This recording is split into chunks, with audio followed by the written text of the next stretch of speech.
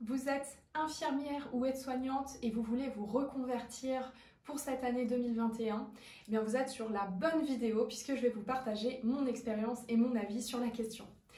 Je vais commencer tout de suite cette vidéo en vous expliquant un petit peu mon parcours et pourquoi j'en suis venue à faire le métier que j'exerce aujourd'hui, qui va être du coup mon avis sur la meilleure reconversion possible pour vous en tant qu'aide-soignante ou infirmière, ou infirmier et aide-soignant bien évidemment. Pour vous messieurs, c'est tout aussi valable. Donc pour vous présenter les choses rapidement, j'ai été étudiante infirmière, j'ai commencé mes études quand j'avais 19 ans. J'ai adoré ce cursus, je me suis pleinement épanouie dans ce que je faisais, c'était vraiment pour moi le métier qui me convenait, dans lequel je me sentais vraiment épanouie. Donc j'ai réussi à aller jusqu'en dernière année d'études. Et comme ce qui a pu arriver d'ailleurs à de nombreux étudiants, durant ma dernière année d'études, j'ai eu un stage extrêmement difficile où j'étais en réanimation. Stage que j'ai choisi personnellement parce que j'avais fait surtout des stages assez axés sur le relationnel et très peu sur la technique. Donc je m'étais dit, allez, tu te challenges, tu choisis un stage où tu vas avoir de la technique. J'ai choisi la réanimation et en fait ça a été ce stage qui a été l'opportunité et la chance de ma vie, puisqu'en fait ça m'a montré que je n'étais peut-être pas sur le bon chemin et que ce n'était peut-être pas le métier qui me convenait et que je devais exercer dans ma vie. Puisque finalement ça a été une révélation. J'ai eu beaucoup de difficultés dans ma vie perso qui ont fini par se répercuter donc, sur ma vie professionnelle. Donc vous imaginez bien que une vie personnelle qui n'allait pas du tout, une vie professionnelle qui essaie de maintenir pour que ça fonctionne et qui finalement n'allait plus non plus, ça a fait un combo parfait et j'ai été du coup diagnostiquée dépressive au cours de ma dernière année d'études.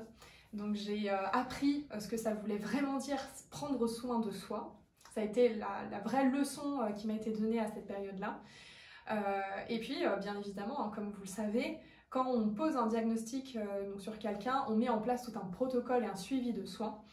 Et la réponse médicale à cette époque ne me convenait pas, puisque j'imagine que vous aussi, vous imaginez très bien que c'est facile d'être soignant, et que quand on devient patient, là tout de suite, ça a une autre dimension et c'est pas toujours évident. Et pour moi, c'était exactement cette vision que j'avais. Je savais très bien en plus les soins qui m'allaient être apportés. Et j'avais cette intuition que c'était pas ce qui me correspondait, que c'était pas du tout la manière dont je voulais m'en sortir.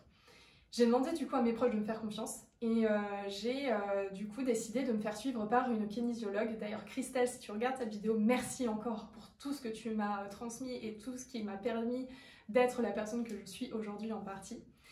Et donc quelque part en fait, la manière dont j'ai pris soin de moi et les soins que j'ai choisi de m'apporter constituent en partie la personne que je suis, mais m'ont montré en fait quelque chose qui était primordial et qui a été aussi une grande leçon pour moi. C'est que finalement, tous les protocoles, tout ce qu'on conseille dans le cadre médical n'est pas toujours adapté à tout le monde. Et donc, ce ressenti a été confirmé par la suite lorsque je commençais à me sentir mieux, que j'ai décidé de reprendre une activité professionnelle. Donc, grâce à nos études, quand on devient étudiante infirmière, on a cette équivalence aide-soignante.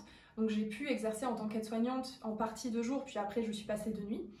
Et donc, ce ressenti a été confirmé sur cette expérience où finalement, en fait, je me suis rendu compte que tout ce qu'on apporte à nos patients, là, j'étais en plus aide-soignante en EHPAD, c'est pas toujours adapté non plus aux patients qui le témoignaient eux-mêmes durant mes nuits où concrètement je faisais face à des patients qui ont beaucoup de traitements anxiolytiques ou antidépresseurs, alors que finalement en fait j'ai pu constater à nombreuses reprises que prendre du temps pour eux, pour essayer de les apaiser, de comprendre leurs peurs, de comprendre leurs craintes et de simplement en discuter, permettait en grande partie de les apaiser. Et quand on arrivait au moment, bah tenez, il faut que je vous donne votre traitement, on se demandait si c'était réellement nécessaire. Je ne remets pas en cause complètement la décision médicale de donner des traitements parce que c'est vraiment justifié et il n'y a pas, j'ai pas du tout prétention à ça. Mais en tout cas, le constat moi, que j'ai fait à plusieurs reprises, c'est qu'on peut agir différemment et on peut faire différemment. Et d'ailleurs, j'ai souvenir d'une de mes résidentes qui avait de grandes difficultés à s'endormir malgré les traitements qu'elle avait. Et c'est déjà arrivé à plusieurs reprises que je lui enseigne des techniques respiratoires, notamment de cohérence cardiaque. et qui avait vraiment cet effet de lui permettre de s'apaiser et qui, à chaque fois que je lui faisais ces exercices, lui permettait de s'endormir sans aucune difficulté. Et en fait, tout ce que je faisais, c'était vraiment pour essayer d'apporter une ouverture dans l'équipe où j'étais en disant, bah écoutez, voilà, j'ai essayé cette technique et visiblement ça fonctionne. Est-ce qu'on ne pourrait pas essayer de l'étendre pour voir si c'est un coup de chance ou alors si c'est vraiment intéressant et que ça pourrait être développé sur toute la structure. Et puis en fait, j'ai fait face à une forme de frustration puisque sur l'idée dans le papier, quand on en discute comme ça a l'air très bien, mais à mettre en pratique au quotidien, ben, on se rend compte qu'il y a plusieurs difficultés qui commencent à se greffer et donc concrètement on n'arrive pas à mettre en place ce genre de solution. Donc d'ailleurs on aura peut-être l'occasion, si vous êtes infirmière, à en reparler, parce que ça arrive fréquemment sur de nombreuses structures, quand on commence à avoir une idée différente, à avoir une vision un petit peu différente de ce qu'on pratique au quotidien, c'est pas toujours facile de réussir à la mettre en place. Et donc moi personnellement ça a été une de mes frustrations de ne pas pouvoir réussir à me dire non mais voilà, vous voyez que c'est efficace, vous voyez que ça fonctionne pour une personne, est-ce qu'on ne pourrait pas avoir un recul plus important et le mettre en pratique plus globalement? Et pas pouvoir le faire, ça a été assez frustrant pour moi. Et donc du coup, forcément, ces petits constats ont commencé à émerger chez moi et je me suis dit, est-ce que je pourrais pas en faire quelque chose? Est-ce que finalement, être soignant là aussi, est-ce que c'est vraiment le métier que je me vois faire durant toute ma vie? Par un enchaînement de circonstances, de synchronicité, de signes, de destin, finalement c'est peut-être le destin, j'ai pu rencontrer Renaud Richer qui est devenu mon formateur en naturopathie. Et c'est grâce à lui en fait que j'ai réussi à comprendre toutes les frustrations que j'avais, pourquoi je n'arrivais pas en fait à les transcender. Parce qu'en fait, tout simplement, ma vision de la santé et du soin telle que je l'avais eue depuis mes études d'infirmière avait changé et n'était plus en symbiose avec la personne que j'étais devenue puisque j'étais l'exemple même que les protocoles de soins qu'on donne aux patients sont vraiment donnés de manière globale et pas vraiment individualisés et que finalement, quand on prend vraiment ce temps d'écouter la personne et ses besoins, on peut lui proposer quelque chose de 100% individualisé qui va vraiment lui permettre de retrouver l'état de santé qu'elle avait auparavant. Et c'est vraiment cette idée-là en fait qui m'a amenée à chercher, à creuser ce métier de naturopathe, puisque j'avais vraiment cette impression que c'était chercher justement la cause de toutes les maladies, les pathologies qu'on peut avoir, et surtout d'avoir cette vision de pourquoi chez toi cette pathologie s'exprime, alors que chez quelqu'un qui a ton âge, qui vit dans les mêmes conditions et qui devrait avoir cette maladie-là, ne l'a pas. Et ça, on le voit d'ailleurs hyper régulièrement au sein même d'une équipe de santé. Quand il y a les vagues de grippe, quand il y a les vagues de gastro, il y a toujours une ou deux personnes qui passent au travers et on se dit à chaque fois, mais comment ça se fait? Comment toi tu passes au travers? Enfin, je veux dire, tu es en contact avec nous, là, avec les patients, et toi, t'as rien. Moi ça m'a toujours posé question et j'ai toujours trouvé ça incroyable, mais à l'époque j'avais pas cette réflexion et j'avais pas cette vision, cette analyse profonde des choses, donc je trouvais ça étonnant et bizarre. Maintenant, en tant que naturopathe, je comprends pourquoi certaines personnes arrivent à passer au travers. Et donc en fait, justement, ça fait partie de ces 3 raisons que je veux vous transmettre aujourd'hui pour vous montrer que naturopathe, c'est vraiment, pour moi, la meilleure des reconversions que l'on peut faire quand on est infirmière ou aide-soignante. Parce que déjà, premièrement, c'est votre posture, vos connaissances, vos compétences sont toutes transférables pour devenir naturopathe. Et je dirais même que, quelque part, que c'est beaucoup plus enrichissant pour votre relation avec vos clients. Quand on devient naturopathe, ça devient des clients et non plus des patients. Et donc, vos connaissances, ne serait-ce que sur les processus pathologiques, sur les traitements, ça fait vraiment la différence avec vos clients. Puisque quand ils vont vous parler de leur traitement, vous allez comprendre tout de suite pourquoi ils les prennent, comment ça agit sur leur corps, vous allez mieux comprendre aussi les processus pathologiques. Et en plus, ne serait-ce que sur la relation avec le médecin, parce que la plupart des clients que vous allez avoir sont suivis par des médecins, et là aussi, ça permet d'avoir une relation qui est beaucoup plus intéressante et beaucoup plus approfondie. Et c'est un vrai plus. Les clients sont vraiment beaucoup plus en confiance. Moi, en tout cas, c'est ce que je constate dans mon quotidien. Et c'est vraiment intéressant. La partie, d'ailleurs, compétences relationnelles que vous développez dans ce métier est là tout aussi intéressante, puisque vous allez vraiment vous connecter à votre client, vous allez vraiment comprendre ce qu'il vit, cette empathie qu'on développe dans ces métiers est hyper intéressant pour votre relation client et fait vraiment la différence pour moi. C'est vraiment incroyable. Ensuite, la deuxième raison que je voudrais vous exposer aujourd'hui, c'est en fait pareil, ça part d'un de mes constats. Quand j'étais en stage ou quand j'étais aide-soignante, bien souvent quand j'ai des patients qui venaient me voir en me disant bah voilà, on vient de me diagnostiquer ça, à votre avis d'où ça vient? Souvent j'avais cette question et bien souvent je voyais que ce soit aussi bien mes collègues ou mes tuteurs de stage répondre bah vous savez, on sait pas trop, hein, c'est la faute à pas de chance. Et ça, pour moi, ça me faisait ça me faisait grésiller. Je disais, non, mais c'est pas possible. Comment on peut se dire que c'est pas de chance? C'est comme si on demandait pourquoi le ciel est bleu et qu'on répond à cette personne, bah c'est comme ça. Il y a en fait, nous, on constate un effet et une conséquence, mais il y a bien une cause en amont à tout ça. Donc voilà, pour moi, il y a toujours une cause. Et je suis certaine que vous avez pour la plupart déjà entendu ce genre de réflexion et peut-être que chez vous aussi, ça vient un petit peu frictionner. Et donc pour moi, bah, si vous êtes vraiment, voilà, vous ne comprenez pas qu'on soit obligé de dire bah, c'est la faute à pas de chance à une personne qui vient d'être diagnostiquée sur une maladie et qu'on lui réponde ça, bah, vous allez voir que naturopathe va vraiment vous aiguiller et ça va vraiment vous aider à accompagner ces personnes-là.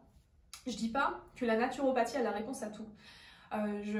Parce qu'il y a encore des concepts et des processus qu'on a du mal à comprendre, bien évidemment, hein, comme la médecine à l'heure actuelle qui ne comprend pas la fibromyalgie, la maladie de Lyme, d'où ça vient et comment la traiter. Mais en tout cas, sur de nombreuses pathologies, on arrive en fait à identifier des causes qui vont, en fait, une fois qu'on les aura identifiées et qu'on aura agi dessus, qui vont vraiment permettre aux patients de ne plus exprimer leurs symptômes et exprimer leur pathologie. Et ça, en fait, je trouve que c'est hyper intéressant et en fait, c'est vraiment l'objectif, puisque malgré tout, un traitement, c'est là pour essayer d'apaiser des symptômes, mais quelque part, on arrête le traitement, le symptôme revient, la maladie revient, donc ça montre bien en fait que la cause n'a pas été résolue. Et en naturopathie, vraiment, l'objectif, c'est ça, c'est d'identifier cette cause pour agir sur elle, pour que les symptômes et la maladie n'aient plus besoin de se manifester. Et donc ça m'amène à ce troisième point, à cette troisième raison, c'est qu'en tant que naturopathe, on devient réellement des éducateurs santé et qu'on fait réellement de la prévention. À l'heure actuelle, tel qu'on nous l'enseigne, la prévention, c'est, il y a 3 niveaux, hein, donc, enfin 3 ou 4 niveaux, ça dépend de l'enseignement que vous avez reçu. Donc globalement, le premier niveau, c'est de l'information. Deuxième niveau, ça va être traiter dans l'urgence. Et le troisième niveau, ça va être empêcher la récidive. Quatrième niveau, soins palliatifs, quand vraiment là, on ne sait plus quoi faire et on accompagne vers la fin.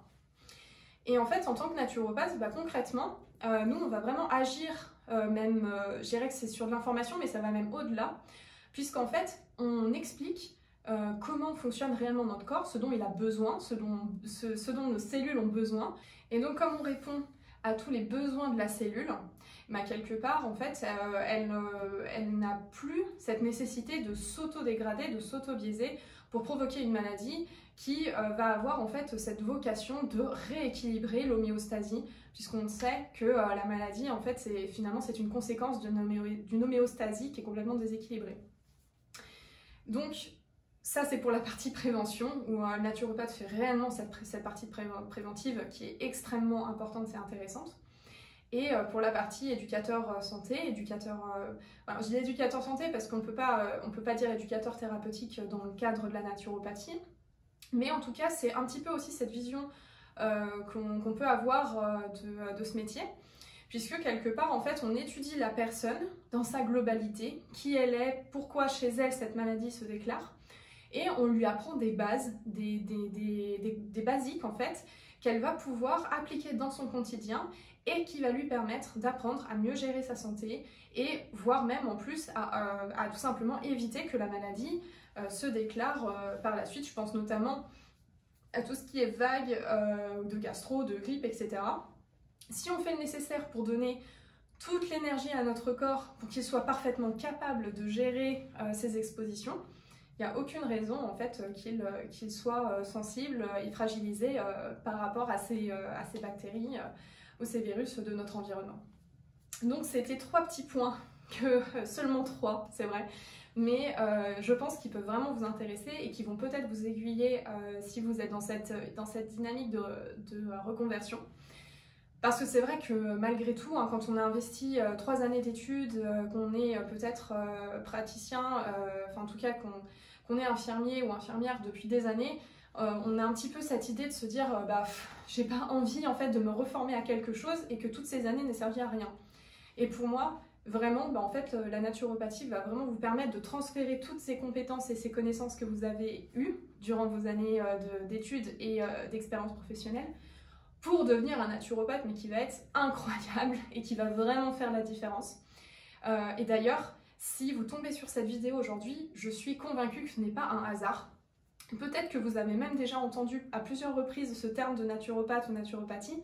Et donc pour moi, si vous l'entendez à plusieurs reprises et que vous êtes sur cette vidéo aujourd'hui, c'est qu'il y a certainement quelque chose à creuser. Il y a certainement... Ça peut être comme un petit signe, une petite intuition que vous commencez à avoir qui pourrait vous faire dire qu'en fait c'est peut-être aussi quelque chose qui est fait pour vous. Donc si vous avez déjà eu ces petits signes, pourquoi pas, si vous voulez me les partager, vous pouvez le faire sous cette vidéo ou même m'en parler dans un petit mail, je vais mettre mon adresse.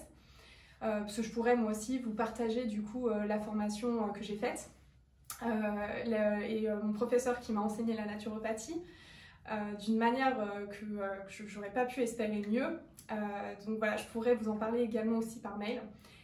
Et je vous répondrai avec attention et personnellement à tout ça. J'espère que ça vous a aiguillé et pour terminer cette vidéo, je vous souhaite de vous fier à vos intuitions, aux signes que vous recevez, parce que ce n'est vraiment pas un hasard. Et peut-être que vous allez pouvoir aller vers un métier qui vous donne vraiment du sens et qui vous permette vraiment de vous épanouir pleinement. Donc s'il vous plaît, faites attention à ces signes, ils sont hyper importants. Je vous dis à bientôt pour une prochaine vidéo.